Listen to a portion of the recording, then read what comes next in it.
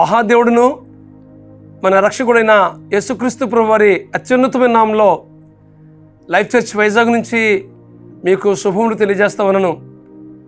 ఈరోజు ఓ for today వాక్య సందేశానికి మిమ్మల్ని అందరినీ ప్రేమపూర్వకంగా ఆహ్వానిస్తూ ఉన్నాను. ఈరోజు ఆదికాండం 16వ అధ్యాయం 13వ వచనం చదువుకుందాం.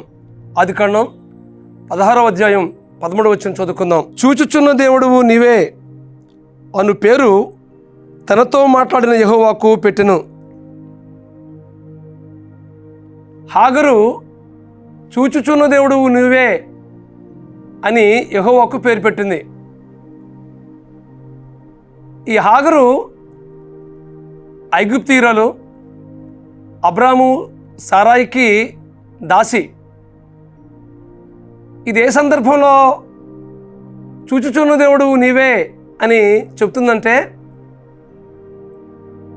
హాగరు గర్భవతి అయిన తర్వాత తన యజమానురాలైన సారాయిని చూచి చిన్నచూపు చూసినప్పుడు, నీచమైన దానిగా కనబడినప్పుడు సారాయికి కోపం వచ్చి ఆమె శ్రమను పెట్టి ఆమె అక్కడి నుండి పంపివేయబడుతుంది. అక్కడి నుంచి పారిపోయి వెళ్ళిపోతున్నప్పుడు దేవుని సన్నిధిలో మొరపెట్టినప్పుడు ఆ మొరను విని దేవుడు, హాగరు నువ్వెక్కడి నుండి వచ్చావు, ఎక్కడికి వెళ్తున్నావు అని అంటే, నా యజమానురాలైన సారాయి నుండి వచ్చాను అని చెప్తూ ఉంది. కానీ ఎక్కడి నుంచి వచ్చిందో చెప్పింది, కానీ ఎక్కడికి వెళ్ళాలో తెలియని పరిస్థితి. గర్భవతిగా ఉంది, చాలా శ్రమలో ఉంది, చాలా కృంగుదలలో ఉంది.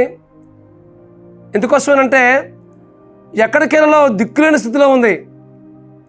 ఆ పరిస్థితిలో దేవుని సన్నిధిలో మొరపెట్టినప్పుడు దేవుడు మరలా నీ యజమానురాలైన సారాయి దగ్గరికి వెళ్ళి నీవు అణిగిమెనిగి ఉండు అని దేవుడు మాట్లాడినప్పుడు, అప్పుడు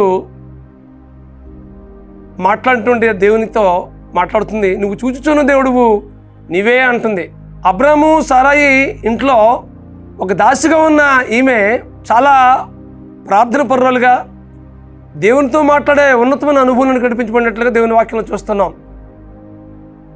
ఇక్కడ మనం గమనించినట్లయితే హాగరు చాలా శ్రమలో ఉంది, చాలా సమస్యలో ఉంది. అలాంటి పరిస్థితుల మధ్య దేవుని సన్నిధిలో మొరపెట్టినప్పుడు దేవుడు వెంటనే ఆమె మొర విని దేవుడు ఆమెతో మాట్లాడి ఆవిడకి మరలా కౌన్సిలింగ్ ఇచ్చి మరలా సారాయి దగ్గరికి అణిగిమెనిగి ఉండు అని పంపిస్తాడు. ఆ సమయంలో చూచుచున్న దేవుడు నీవే. నిజమే, మన దేవుడు చూచుచున్న దేవుడు. నీ శ్రమను, నీ సమస్యను, నీ వేదనకరమైన పరిస్థితిని ఎవరు చూచినా చూడకపోయినా, ఎవరు గ్రహించినా గ్రహించకపోయినా, ఎవరు గుర్తించినా గుర్తించకపోయినా నీ దేవుడు నిన్ను చూస్తున్నాడనే విషయాన్ని నీకు జ్ఞాపకం చేస్తామన్నాను. ఏ విషయంలో మనం నిరాశ నిస్పృహకు గురి కావడానికి వీల్లేదు. ఇక్కడ హాగరు ఎంతో వేదనతో గర్భవతిగా ఉన్నటువంటి హాగరు పారిపోతూ ఉన్నప్పుడు దేవుని సన్నిధిలో మొరపెట్టినప్పుడు ఆ మొరను విని దేవుడు మరలా ఆమెను చక్కగా నడిపిస్తున్నట్లుగా దేవుని వాక్యంలో చూస్తూ ఉన్నాం. మనం ప్రార్థన చేస్తే మన ప్రార్థనకు జవాబిచ్చే దేవుడు మన దేవుడు. శ్రమలో మరింత సమీపంగా ఉండి, మరింత మనకు దగ్గరగా ఉండి, ఆ స్థితి అంతటి నుంచి మనకు విడిపించడం మాత్రమే కాదు, కానీ మనం బలపరిచి మన ఉన్నతమైన అనుభవాలు కూడా నడిపించే దేవుడు మన దేవుడు. విషయాన్ని మీరు గ్రహించవలసిందిగా ప్రభు పేరిట మీకు మనవి చేస్తామన్నాను. సమస్యలు వస్తున్నప్పుడు, శ్రమలు వస్తున్నప్పుడు నన్ను ఎవరు పట్టించుకున్న వారు లేరు, ఈ స్థితి నుంచి నన్ను లేవనెత్తువారు ఎవరు లేరు, నా సమస్య ఎవరు గ్రహిస్తారు అని నువ్వు నిరాశ నిస్పృహకు గురవుతున్నావా?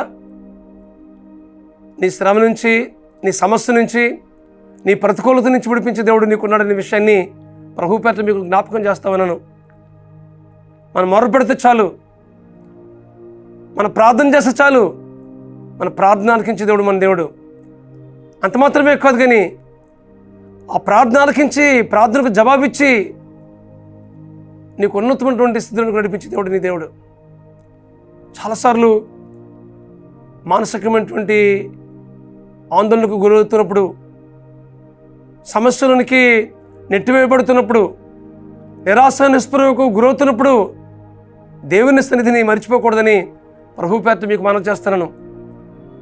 ఆ సమస్యల నడుమ, ఆ ప్రతికూలత నడుమ ప్రభు మీద ఆధారపడుతూ దేవుని సన్నిధికి వెళ్ళి మన ప్రతి పరిస్థితిని విన్నవించినప్పుడు ఆ పరిస్థితి నుంచి మనం ఎలా విడుదల పొందాలో, ఏ విధంగా మనం బలం పొందుకోవాలో తన వాక్యం ద్వారా దేవుడు మాట్లాడతాడు.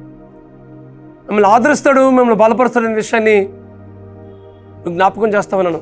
కాబట్టి హాగరును ప్రేమించిన దేవుడే, హాగరును ఆ సమస్య నుంచి లేవనెత్తిన దేవుడే, హాగరును చూచిన దేవుడే నిన్ను చూస్తున్నాడు, నీ సమస్యను చూస్తున్నాడు. నీ సమస్య నుంచి విడిపించి నిన్ను లేవనెత్తడానికి దేవుడు ఇష్టపడుతున్నాడు. అయితే దేవుని సన్నిధిని మనకు మనంగా సమర్పించుకుందాం. మన సమస్య అంతటిని ప్రభువుకి అప్పగిద్దాం. మన సమస్య అంతటి నుంచి విడిపించే దేవుని వైపు నిరీక్షణతో చూద్దాం. అటు కృప పరిశుద్ధాత్మ దేవుడు మీకు అనుగ్రహించి నడిపించును గాక. ప్రార్థన చేసుకుందాం. బ్రహ్మస్వరూపుడా, మహాకృపగల మా తండ్రి, ఇదిగో ప్రభువా, హాగరు ఎంతో మానసికమైన పరిస్థితుల మధ్య, ఒత్తిడి మధ్య, కృంగుదల మధ్య, ఎటువేళలో తెలియని పరిస్థితుల మధ్య, ఒక రకమైనటువంటి ఆందోళనకు గురైన పరిస్థితుల మధ్య మొరపెట్టినప్పుడు ప్రభువా, ఎంతగానో మీరు చక్కగా కౌన్సిలింగ్ చేసి ప్రభువా ఆమెను ప్రభువా మీరు చేర్చుకున్నట్లుగా మీ వాక్యంలో చూస్తున్నాం. ప్రభువా, చూచుచున్న దేవుడు నీవే అని ఆమె పేరు పెట్టినట్లుగా ఈ వాక్యంలో చూస్తున్నాం. ప్రభువా, అవును ప్రభువా, మా ప్రతి పరిస్థితిని చూచే దేవుడు ప్రభువా, మా సమస్య నుంచి విడిపించే దేవుడు ప్రభువా, మమ్మల్ని ఎవరు అర్థం చేసుకున్నా అర్థం చేసుకోకపోయినా మమ్మల్ని అర్థం చేసుకునే దేవుడు ప్రభువా. ఇదిగో తండ్రి, ఏ సమస్యలు మా ప్రియులు ఉంటున్నారో ఆ స్థితి అంతటి నుంచి విడిపించమని ప్రార్థిస్తున్నాను ప్రభువా. ఇదిగో ప్రభువా, చూచుచున్న దేవుడు ప్రభువా, చూడడం మాత్రమే కాదు కానీ ప్రభువా, ఆ పరిస్థితి నుంచి సంపూర్ణంగా మీరు లేవనెత్తి వారి జీవితంలో జయమిచ్చే దేవుడు ఉన్నందుకే మీకు స్తోత్రాలు చెల్లిస్తున్నాం ప్రభువా. ఇదిగో ప్రభు, హాగరును బలపరిచిన దేవుడే మా ప్రియులు కూడా మీరు బలపరిచి మీరు మహిమ పొందమని మా ప్రభువును మా రక్షకుడు నేను యేసుక్రీస్తు నామములో ప్రార్థన చేస్తున్నాం తండ్రి. ఆమేన్, ఆమేన్, ఆమేన్. God bless you friends. Have a wonderful day. దేవుడు నిండారుగా మిమ్మల్ని దీవించి ఆశీర్వదించును గాక. God bless you.